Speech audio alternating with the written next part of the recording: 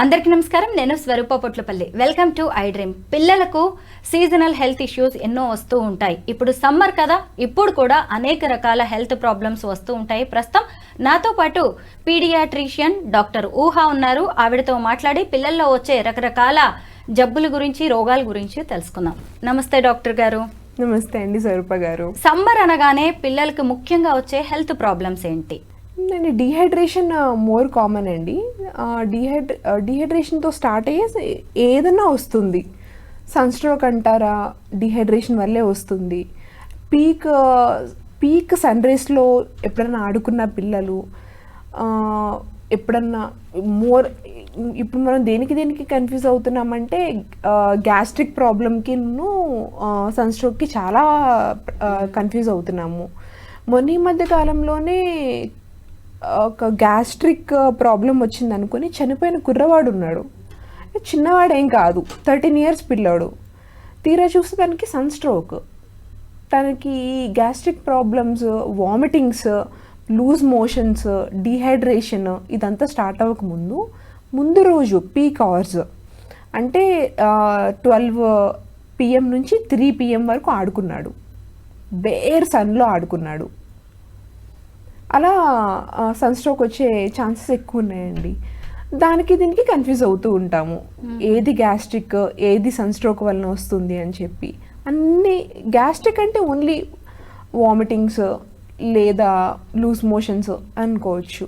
కానీ ఇలా ఉండదు. హై టెంపరేచర్స్ ఉంటాయండి ఎప్పుడైనా సరే. సన్ స్ట్రోక్లో 104, 105 వరకు వెళ్తాయండి టెంపరేచర్స్. ఏం చేసినా కంట్రోల్ అవ్వవు. ఓన్లీ హైడ్రేషన్ ఇస్తూ ఉంటే 3 daysకి 4 daysకి తగ్గుతూ ఉంటుంది.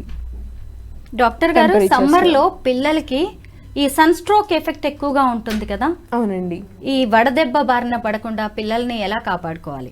ఇంట్లో అయితే ఉంచలేమండి. సో బయటికి ఆడుకోవడానికి పంపించినప్పుడు పీక్ అవర్స్ ఆఫ్ ఎండ లేనప్పుడు పంపించాలి. ఎయిదర్ మార్నింగ్ అయినా లేదంటే ఈవినింగ్ అయినా. ఎలాగో హాలిడేస్ ఇచ్చేస్తున్నారు కదా, సమ్మర్ హాలిడేస్ అని ఉంటాయి. సో ఈవినింగ్ కొంచెం ఎండ తగ్గగానే, పీక్ అవర్స్ ఆఫ్ ఎండలు తగ్గగానే 3:30 వరకు పీక్ అవర్స్ అండి. 3:30కి తగ్గిన వెంటనే అప్పుడు ఆడుకోమని పంపించండి. సో దట్ వాళ్ళకి పద్దాకి ఇంట్లోనూ ఉంటున్నాం అన్న ఫీలింగ్ రాదు. ఎప్పుడు పడితే అప్పుడు బయటకు వెళ్ళిపోదాము, ఆడేసుకుందాము అన్న ఇది తగ్గుతుంది అనమాట వాళ్ళకి. అండ్ ఎక్కువ హైడ్రేట్ చేస్తూ ఉండాలండి. నార్మల్ టెంపరేచర్లో ఏదైనా సరే. ఇప్పుడు కూల్ వాటర్ ఎక్కువ ప్రిఫర్ చేస్తూ ఉంటారు. కూల్ వాటర్ అయితే ఎక్కువ తాగలేమండి, మనమే ఎక్కువ తాగలేము కూల్ వాటర్ అయితే.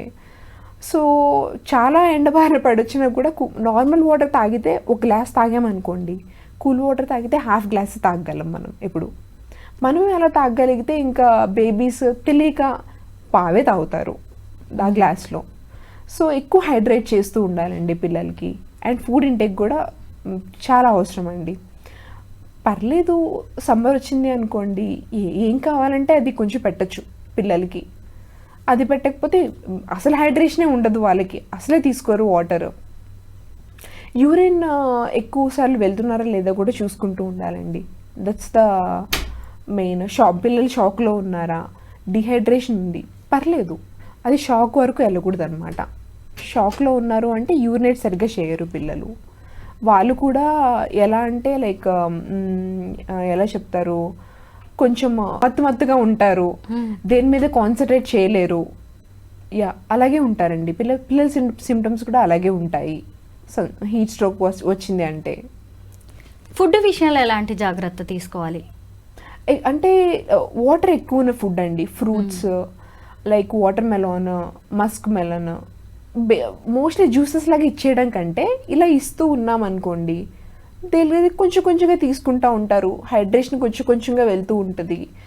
అండ్ జ్యూసెస్ లాగా ఇచ్చేస్తే ఒక గ్లాస్ తాగేస్తారు, పక్కన పడేస్తారు. నెక్స్ట్ డే మళ్ళీ ఇంకో జ్యూస్ ఇచ్చామనుకోండి, తాగరు. ఇంకా ముఖ్యంగా ఫ్రైస్ లాంటివి అవాయిడ్ చేయాలండి. ఫ్రైస్ ఎక్కువ డిహైడ్రేట్ చేస్తూ ఉంటుంది బాడీని.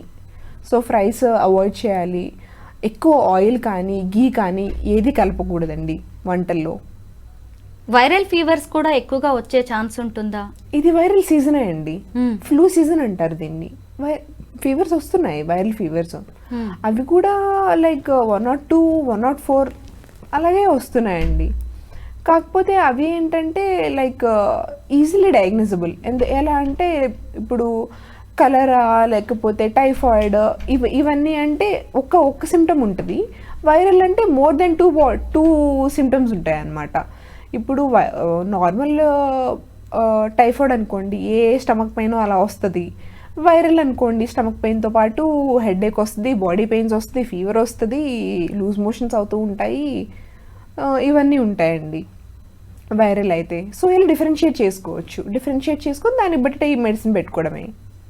పిల్లలకి ఫీవర్ వస్తే 3 days వరకు టెన్షన్ పడాల్సింది ఏం లేదు, అప్పటి వరకు మెడిసిన్ కూడా అక్కర్లేదని కొంతమంది డాక్టర్స్ చెప్తూ ఉంటారు. ఈ ఇయర్ రిలీజ్ అయిన ప్రోటోకాల్. యా, నేను ఢిల్లీలో ఇది నేను 7-8 years నుంచి నేను చూసానండి.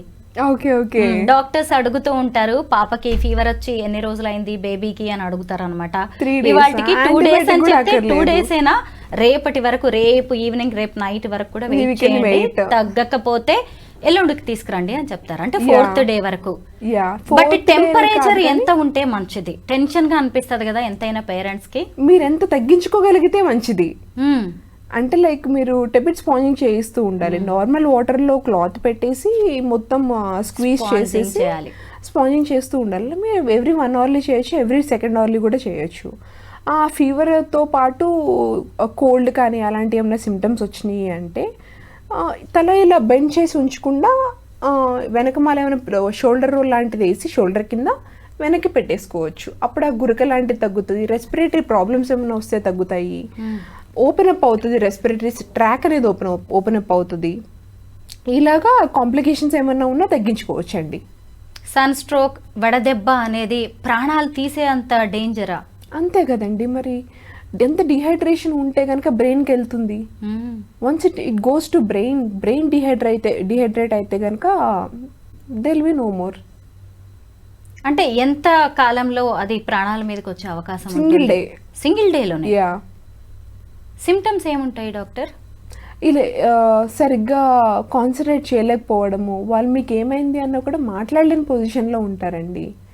వాటర్ అంటారు కానీ తాగలేరు, యూరిన్కి వెళ్ళలేరు, యూరిన్ రాదు అసలు వాళ్ళకి. అలాంటి పిల్లలకి ఓఆర్ఎస్ లాంటివి బాగా పనిచేస్తాయి అంటారా వడదెబ్బకి? అంటే వామిటింగ్స్ కానీ లూజ్ మోషన్స్ కానీ అయితేనే ఓఆర్ఎస్ పనిచేస్తాయండి. ORS are nothing but electrolytes అండి.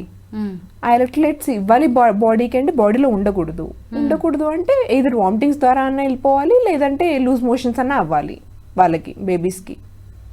నిజమే. అసలు ఎండాకాలం వచ్చింది అనగానే చాలా మంది వడదెబ్బతో ముసలి వాళ్ళు చనిపోయారని చెప్తూ ఉంటారు. ఒక్కోసారి ఆ నంబర్ చూస్తేనే మనకే భయం వేస్తూ ఉంటుంది. అలాంటప్పుడు పిల్లల విషయంలో మనం చాలా కేరింగ్ గా ఉండాలి. పేరెంట్స్ కి మీరు ఏం చెప్తారు సమ్మర్ వచ్చిందంటే? హైడ్రేషన్తో ఉంచండి. కొంచెం జలుబు చేసింది కదా ఏదో, కొంతమంది నా దగ్గరికి వస్తారండి, ఏంటి ఫ్లూ సీజన్లోనే, ఎండాకాలంలోనే పిల్లి కూతురులాగా వస్తున్నాయి, వేడి నీళ్ళు పట్టిస్తున్నాము అవి తగ్గడానికి అని. పిల్లి కూతులు అవన్నీ వేడి నీళ్ళతో తగ్గవండి. ప్రాపర్ నెక్ పొజిషనింగ్ ఉండాలి. నెక్ ఇలా స్ట్రైట్గా అన్నా ఉండాలి, వెనక్కన్నా వాల్చన్నా ఉండాలి.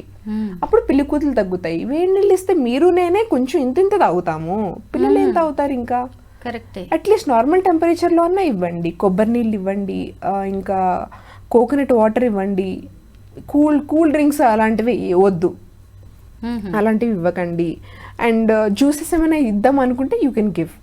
నార్మల్ టెంపరేచర్లో జ్యూసెస్ కూడా ఇవ్వచ్చు. Thank you so much. కానీ జ్యూసెస్ కంటే ఫ్రూట్స్ ఉత్తమం.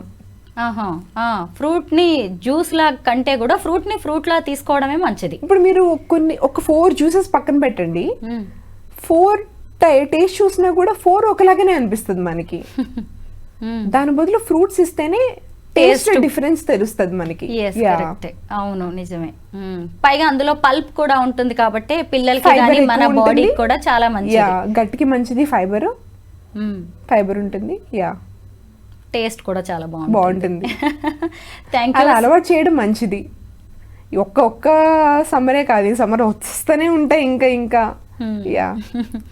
Thank you so much doctor. Summer లో పిల్లల్లో వచ్చే హెల్త్ ఇష్యూస్ గురించి మంచి విషయాలు చెప్పారు. థ్యాంక్ యూ అండి.